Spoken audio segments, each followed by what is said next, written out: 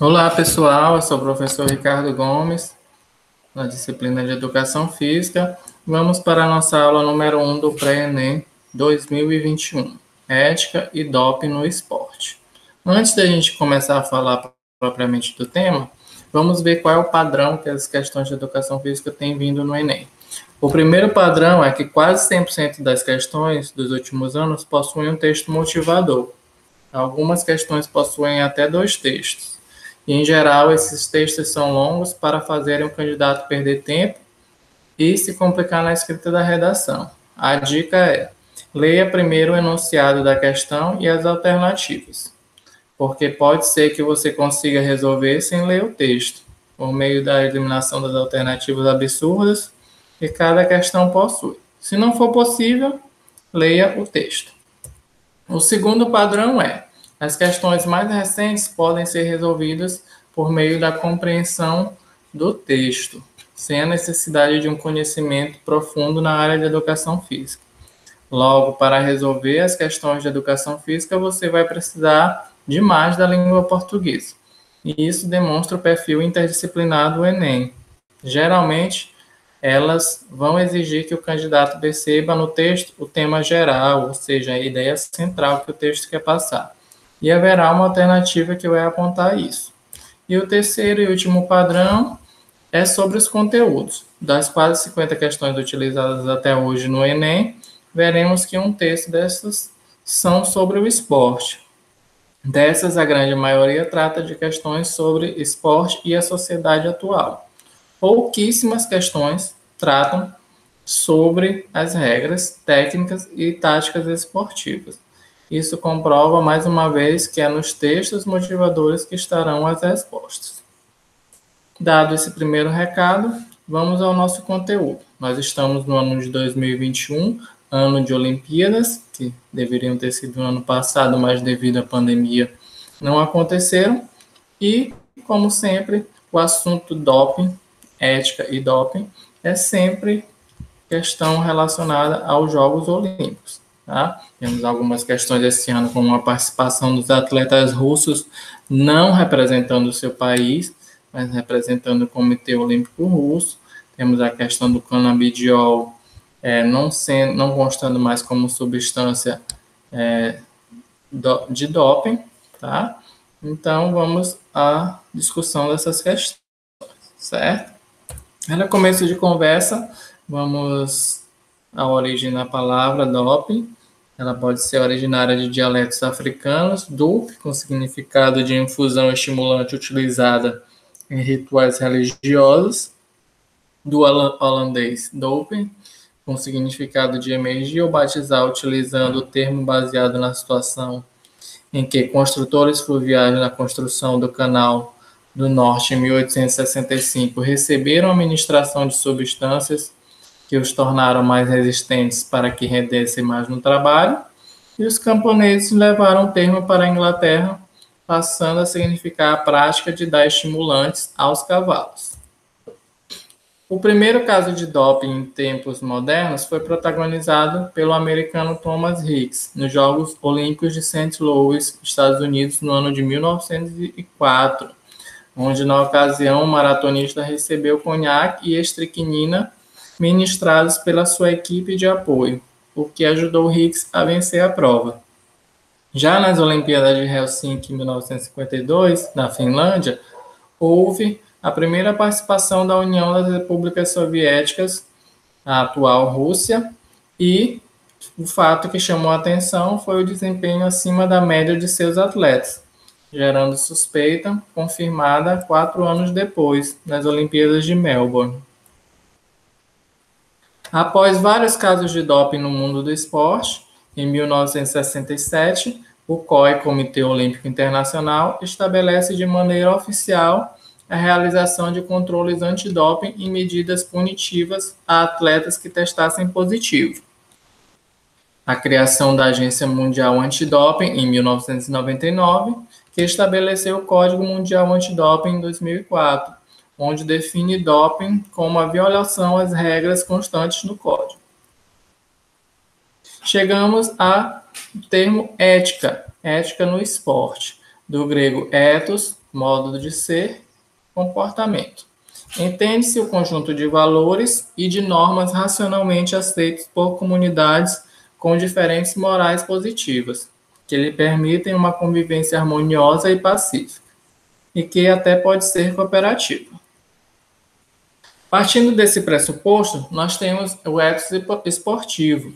É um conjunto de ideias de ação e de conduta dos atores envolvidos no esporte, amplamente divulgadas pelo barão Pierre de Coubertin no início do século XX.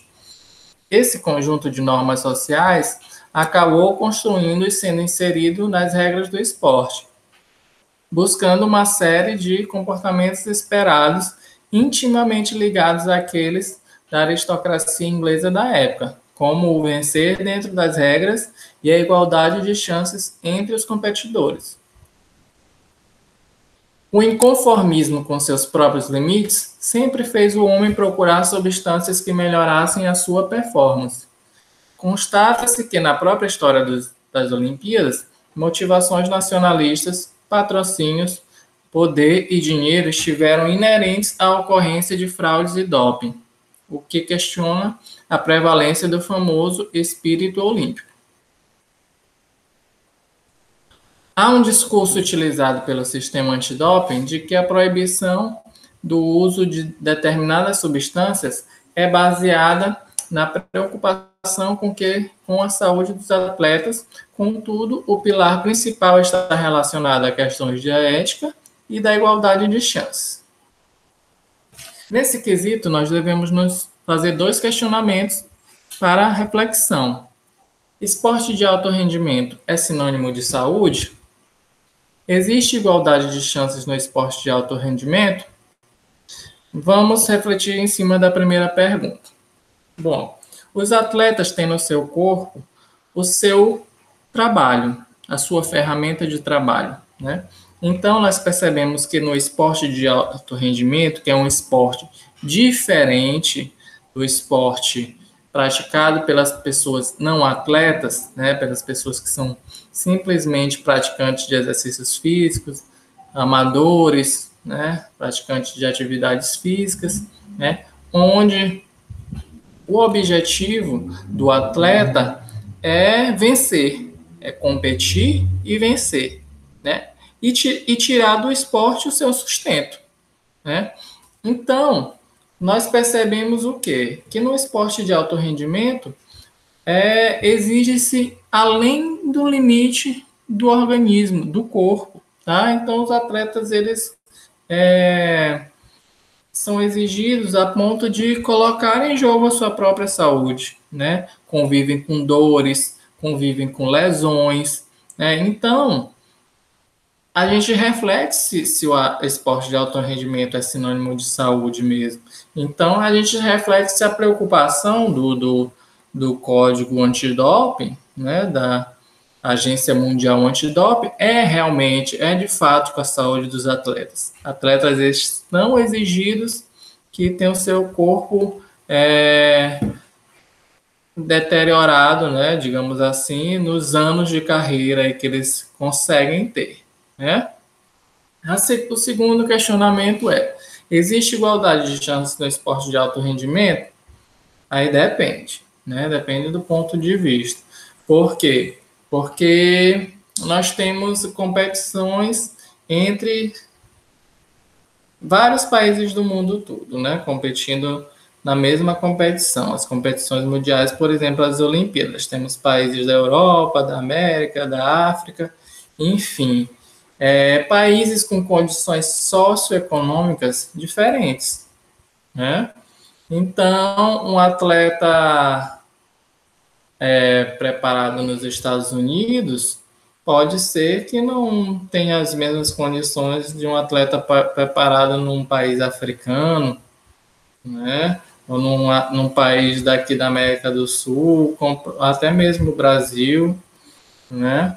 Então, há de se pensar onde está essa igualdade.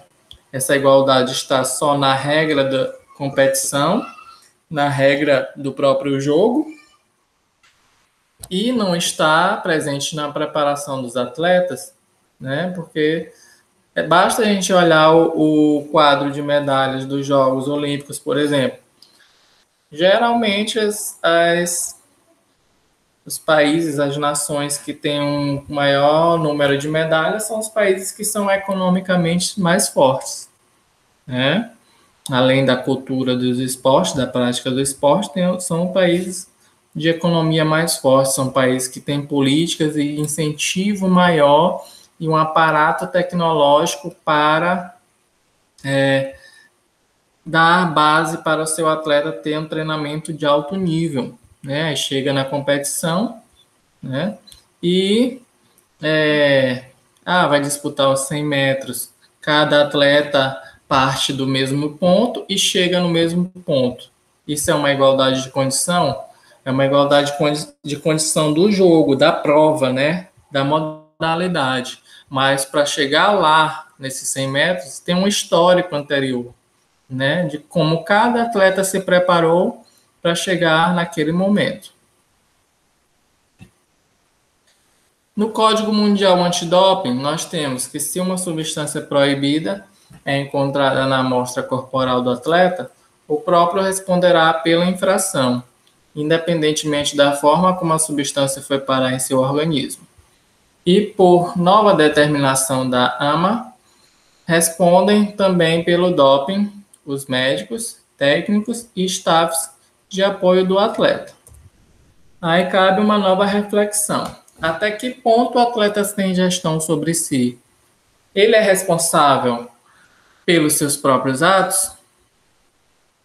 Nós temos aí o exemplo de jovens atletas, adolescentes, ou crianças mesmo, né? No futebol, aqui no Brasil, nós temos muitos, né? Atletas jovens que já ganham salários muito bons, né? Mas que não são responsáveis sobre si. Tem os pais e os anseios dos pais, o sustento da família, né? Tem os treinadores, tem os patrocínios, né? Então, há uma carga de exigência na vida do atleta desde que ele é muito jovem e não tem total controle sobre si e sobre seu corpo e sobre a saúde, sua saúde, que muitas vezes não é o interesse final de treinadores e até mesmo dos pais, né? O interesse final é o lucro, o dinheiro, né? O sucesso, né? O que aquilo vai trazer financeiramente, né? E muitas das vezes o atleta subjugado por essa hierarquia, ele vai fazer uso de substâncias desde a sua jovem carreira até toda a sua carreira, né? Durante toda a sua carreira.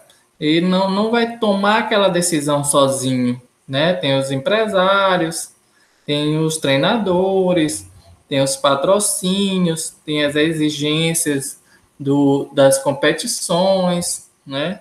Tem as exigências os limites do próprio corpo, que vai envelhecendo e vai competindo com atletas jovens, né? E o corpo vai perdendo rendimento, e para manter, faz uso dessas substâncias, né? Tem as exigências também do público, né, que quer ver o espetáculo. Então, é uma questão de refletir, né? Porque quando a mídia traz um caso de doping, ela foca só no atleta, né, como culpado. É claro que porque para a mídia fica mais interessante focar na imagem do atleta, porque ele é que é o famoso da história, né? Ninguém quer saber do médico do atleta, do treinador do atleta, que vai trazer mais opinião pública, audiência. Vai ser a imagem do atleta que é a crucificada no caso. Nesse ano, gente, nós temos essa notícia aqui de que pela primeira vez na história das Olimpíadas a maconha não será doping. No caso, não é propriamente a maconha, tá? É o canabidiol, que é a substância que compõe a maconha, tá? As outras substâncias que contém na maconha vão continuar sendo colocadas como doping, tá? Só a título de curiosidade, o canabidiol é usado por atletas principalmente para o alívio das dores espasmos musculares, inflamações e serve até como auxílio na recuperação. O que mais contém para a nossa reflexão ética aqui é a questão da pureza do atleta, né? Que a gente sabe que o esporte é espelho da sociedade e o esporte é espelho para a sociedade também, né? Então, a imagem do atleta, como a gente já discutiu, é uma imagem da pessoa saudável, né? Por mais que haja controvérsias.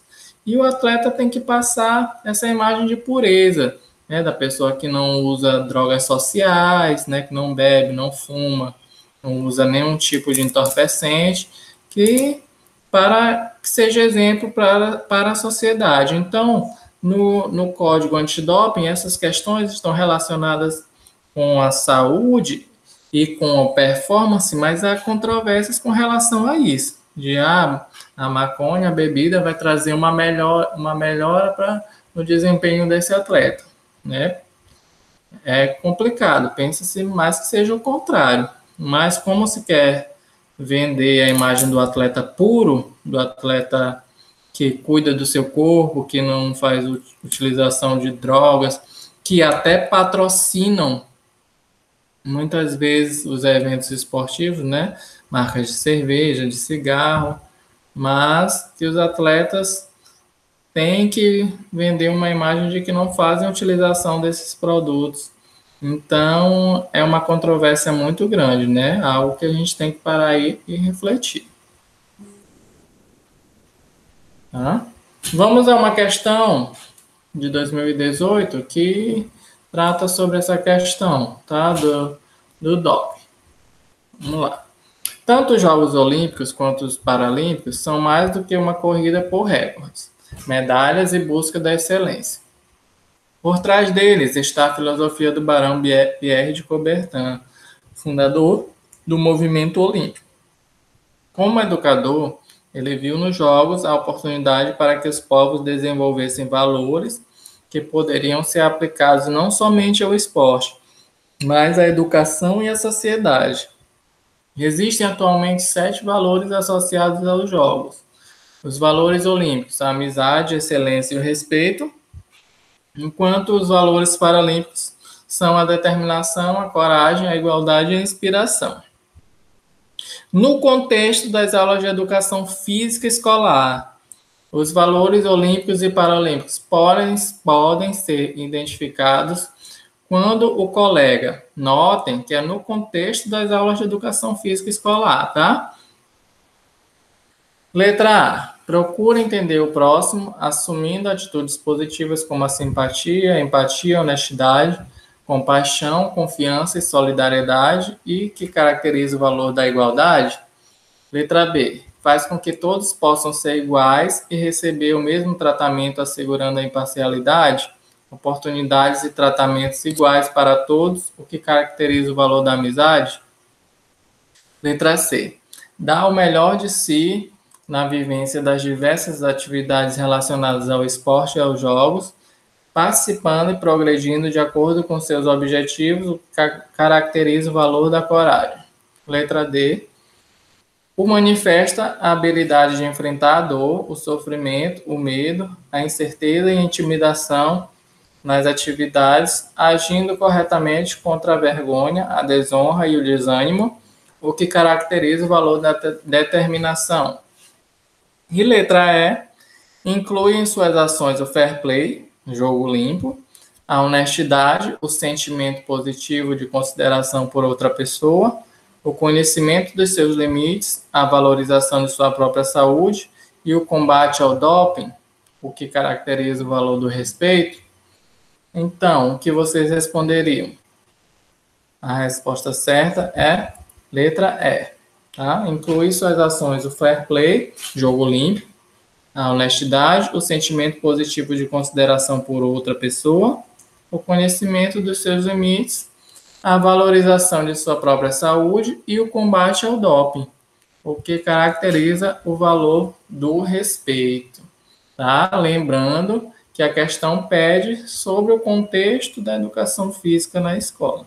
Então, no contexto da educação física na escola, deve ser trabalhada essas questões, tá? Tudo certo? Aqui, gente, nós temos algumas referências onde vocês podem ter acesso ao Código Mundial Antidoping, no site da Agência Mundial Antidoping, tem lá a lista das substâncias proibidas, né, e algumas outras referências aqui onde há discussões sobre essas questões que envolvem o doping e questões éticas, certo? Então é isso, pessoal. Recado dado. Obrigado a todos. Bons estudos. Tchau.